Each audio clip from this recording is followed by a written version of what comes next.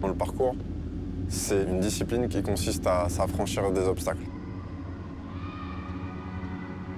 D'aller d'un point A à un point B de la manière la plus efficace possible. Les obstacles, ils sont pas que dans la ville, ils sont aussi dans la vie. T'as le droit de t'arrêter, t'as le droit de pleurer, tu peux même t'enfuir hein, si tu veux. Mais surtout, n'abandonne pas.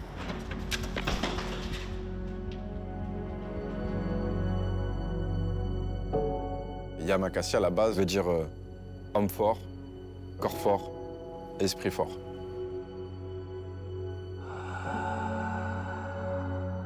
Petit, je me suis beaucoup senti à part.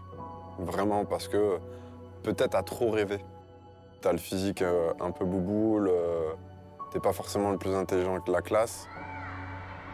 Et c'est des souvenirs qui te marquent. Je me rappelle avoir dit notamment à un de mes potes, genre, un jour, je m'entraînerai avec ces gars-là. Et évidemment, pour l'époque, t'as toutes les moqueries que ça peut amener, etc. Mais en ayant persévéré et en essayant de me rapprocher au plus près des fondateurs, bah, c'est peut-être prendre une revanche sur la vie. Je dirais ça comme ça. Mais aujourd'hui, c'est une philosophie de vie. Ça fait partie entièrement de ma vie.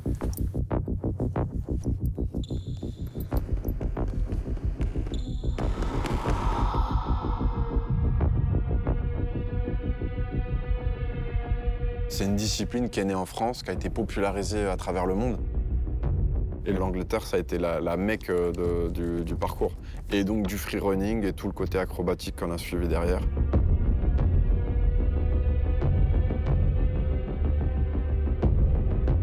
Quand tu pratiques cette discipline, on va dire dans les années 2000, c'est compliqué parce qu'il y a plein d'amalgames, des clichés qui sont faits, tu vois. Sport dangereux, sport des cités, mais surtout le côté dangereux.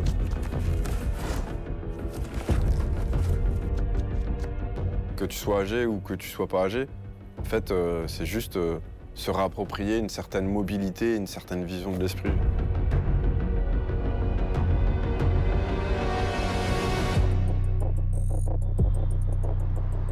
Tu débarques de métropole, t'arrives ici, c'est qui ce Kamaja qui débarque? Ça y est, le gars, il croit qu'il a fait du parcours, il veut nous apprendre à nous le parcours, etc., tu vois. Je découvre des films sur Internet avec notamment Christopher Notra et Kito. Voilà, le frère de Yann, qui est l'un des fondateurs de l'art du déplacement et du groupe Yamakasi. Donc évidemment, tous les grands frères et les petits frères qui ont suivi. J'ai de la chance d'avoir quelqu'un qui m'a grave accompagné là-dessus et ouais, c'était Noël. Même si aujourd'hui il pratique pas au quotidien, ça reste un passionné. Il est mordu de la discipline. Imagine le saut de fond, le saut de presse. Un petit bloc sur le côté, toujours sur le côté. T'es comme la famille. Tu m'as ouvert ta maison comme si j'étais un membre de la famille et ça, c'est ouf, tu vois. En vrai, ça, c'est les valeurs que, tu vois, du Yamakasi, du parcours en lui-même, tu vois. Ouais. C'est ce que moi, j'ai envie de... Et ce que nous, on a envie de partager. Parce que fermer une maison à quelqu'un ou même fermer son cœur à quelqu'un, c'est... Faut pas faire ça. Tu peux apprendre des autres aussi, tu vois. Tu sais, mon ref. On est là. Vas-y. Merci l'art du déplacement, merci le parcours. Je pense que sans ça, et sans l'envie aussi de durer. Ça aurait été une autre discipline, peut-être je me serais dit, ah, je suis fini, je peux pas reprendre, etc. Non, là, faut se relever. Parfois, tu rampes, hein.